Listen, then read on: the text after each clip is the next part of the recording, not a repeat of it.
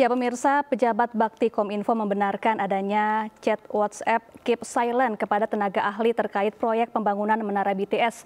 Apa makna dari perintah Keep Silent itu? Kita akan mengulasnya bersama pemimpin redaksi RCTI, ada Kang Herik Kurniawan. Selamat sore, Kang Herik, apa kabar? Sore, baik. Terima kasih sudah hadir di editorial Sindonews sore hari ini. Sama-sama. Kang Herik, sebagai seorang jurnalis, bagaimana memaknai perintah Keep Silent dalam proyek pengadaan BTS 4G di Kemenkominfo?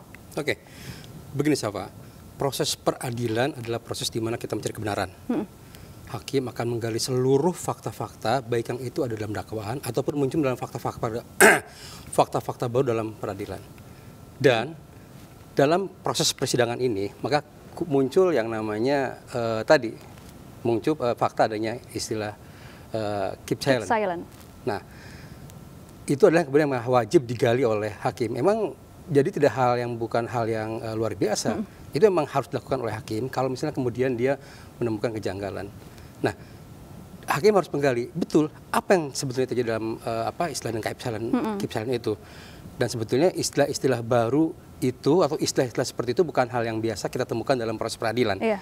Kita tahulah ada durian, ada apel dan sebagainya. Dan memang harus digali karena hakim harus betul-betul mendudukkan proses peradilan tersebut dalam proses yang betul. Ya kan? Jadi semua itu memang harus digali, seluruh istilah harus digali.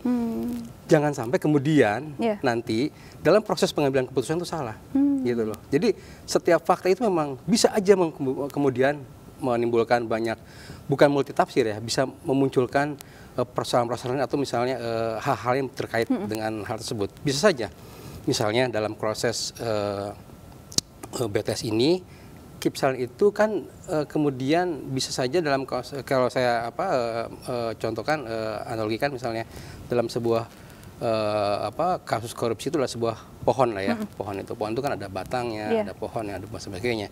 Nah, hakim harus melakukan rekonstruksi lah ya, harus melakukan kemudian membangun bangunan kasus tersebut sehingga kemudian tahu mana yang memang kemudian bersalah dan memang kemudian tidak. Dalam proses ini juga sama, keep silent adalah bagian dari cerita proses peradilan yang mencuat karena memang unik, ya kan, yang harus terus digali oleh hakim untuk menemukan kebenaran, menemukan lagi siap saja kemudian bisa saja terkait dengan keep silent ini sendiri. Seperti itu. Baik, lalu apakah perintah keep silent ini bisa diasumsikan adanya keterlibatan pejabat tinggi Kemenkominfo dalam kasus dugaan korupsi BTS 4G ini? Nah, dalam kasus proses peradilan atau dalam kasus hukum kita tidak bisa melakukan asumsi. Saya nggak asumsi, nggak bisa. Ini bukan asumsi. Tapi hakim harus harus menggali, ya kan? Menggali. Sebenarnya dari keep silent itu kemudian kan ditanya tuh ada apa? Karena gini, keep silent ini kan mencuatnya bukan sekarang sebetulnya. Adalah pada sidang pada Kamis pekan lalu, ya kan? Bayangkan saat itu Mariulis itu ditanya apa itu keep silent, dia tidak bisa menjawab. Oke? Itulah kenapa pada hari ini sidang itu kemudian hakim memanggil Mirza untuk menjelaskan itu. Ada penjelasan yang kemudian bahwa keep silent itu adalah sebuah ungkapan untuk udah jangan bilang-bilang lah sama siapa-siapa, ya kan, karena nggak enak sama yang lain. Kalau misalnya Mayuris dan Robi diikutsertakan sebagai tim ahli untuk di satgasnya dia. Tapi kan ini sesuatu hal yang memang saya sepakat banget hakim untuk menggalinya. Ini kan sebuah proyek besar, melibatkan uang begitu banyak, ya kan, 7.000 tiang dan sebagainya. Masa sampai ada perintah-perintah yang kemudian nggak enak, nggak bisa lah. Ini uang publik gitu loh, ya kan. Dan sampai kemudian uang publik, saya nggak enak, ya nggak bisa lah, profesional aja. Bet. Kalau memang ini memang bagus, kalau enggak, selesai. Satu itu. Yang kedua adalah perintah itu diberikan entah kapan hari waktu itu. Oke. Kalau kemarin saja pada sidang pada tanggal 3 pada hari Kamis itu, Mayulis tidak bisa menjelaskan, maka kemudian pasti waktu itu saat perintah diberikan harusnya juga Mayulis tidak bisa menerima juga. Jadi udah ada miss dari awal gitu loh. Jadi apa yang terjadi sebetulnya? Bukan jangan-jangan ya. Berarti hakim itu betul-betul harus menggali betul. Ini kenapa? Kok Mayulis saja tidak bisa menjelaskan padahal perintahnya kapan hari dan baru bisa jelaskan pada sidang berikutnya. Ini menarik menurut saya. Baik, kalau kita lihat konteks keep silent dalam kasus ini adalah terkait pembentukan tim teknis proyek yang baru di luar tim teknis yang sudah ada. Nah, lalu kalau Kang Herik melihat konfrontasi yang dilakukan pada hari ini, apakah sudah bisa mengungkap keterlibatan sejumlah pihak di dalamnya? Jadi ini adalah dalam proses peradilan. Oke. Nanti akan ada fakta-fakta baru yang diterima oleh hakim dalam proses ini. Ya kan? Kemudian apakah kemudian bisa diurai siapa saja yang terlibat dalam, bisa saja menambah lagi jumlah orang yang mungkin terlibat dan sebagainya, atau memperberat atau malah mungkin memperingan, itu bisa saja.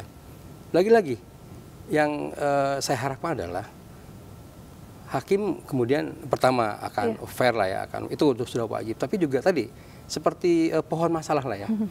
Si A ini terlibat, si B ini terdakwa, si C ini terdakwa. Dari situ kemudian diurut kemana siapa aja. Jadi aliran uang itu kemana saja. Apakah kemudian juga di mana posisi Mirja, di mana posisi, apakah Mirja ini juga kemudian bisa mengungkapkan siapa lagi yang bersalah, apakah kemudian Marius juga. Nah itu yang jadi penting. Kan bisa saja kemudian ada tersangka-tersangka baru, kemudian terdakwa baru dalam temuan-temuan dalam selama proses persidangan. Jadi ini yang paling penting adalah keterbukaan daripada sidang itu sendiri. Jadi semua orang paham, oh begini konstruksi persoalannya, gitu loh. Dan tidak ada lagi nanti jangan sampai kemudian putusan yang ditimbulkan itu adalah membuat orang merasa wah ini kok jadi nggak adil gitu loh. Ini kenapa juga kenapa nggak dianggap ada hal yang seperti itu yang saya pikir juga yang paling penting itu juga. Jadi terbuka, hal-hal yang unik juga harus kemudian diungkapkan. Dan saya pikir juga untuk kami para jurnalis, istilah-istilah yang kemudian seperti keep silent, kalau dulu itu apel dan sebagainya juga kemudian juga membantu kami mempermudah untuk menyampaikan bagaimana proses ini kepada masyarakat. Gitu. Jadi menarik lagi. Jadi publik yang kemudian kurang aware, kemudian di-aware lagi. Karena apapun juga proses hukum ini harus dikawal oleh semua pihak, dan memang seperti begitulah posisi publik dan kita menerjemahkan. Dan satu lagi yang saya sampaikan lagi terkait dengan keep silent itu tadi juga, bahwa publik itu membutuhkan hal yang mudah mereka cerna, ya kan? Jangan sampai ini apa sih rumit, ini apa sih rumit, dan hakim harus membantu menjelaskan kepada publik ujungnya bagaimana konstruksi persoalan itu sendiri, ya kan? Terkait dengan kasus keep silent itu juga sama.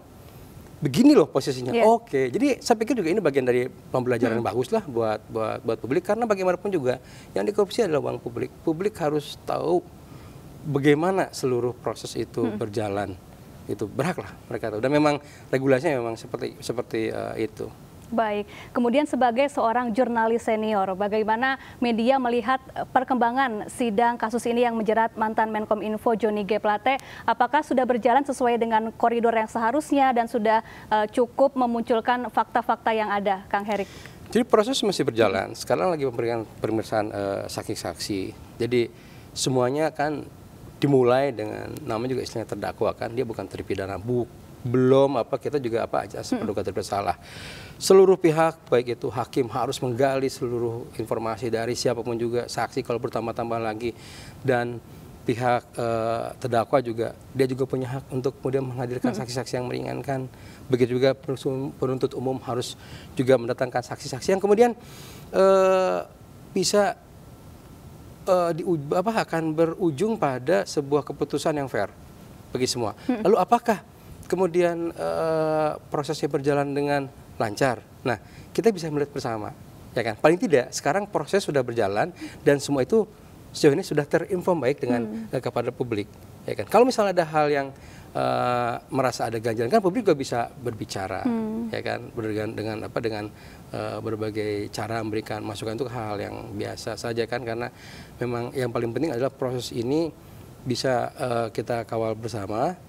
Kemudian ada hal baru yang kemudian memang bisa muncul, itu memang biasa, dan saya pikir juga sebanyak apapun juga misal ada saksi kita harus terus akomodir, supaya saya pikir ini bagian dari pembelajaran bagaimana publik memahami proses hukum yang terjadi di Indonesia. Jadi itu pelajaran penting banget, melibatkan orang yang penting sehingga publik bisa aware terhadap kasusnya dan publik bisa belajar bagaimana sebuah kasus hukum itu proses peradilan bisa berjalan, harus fair. Baik, terima kasih Kang Heri Kurniawan, pemimpin redaksi RCTI telah berdiskusi bersama kami dan memberikan sudut pandang yang berbeda di editorial Sindo News.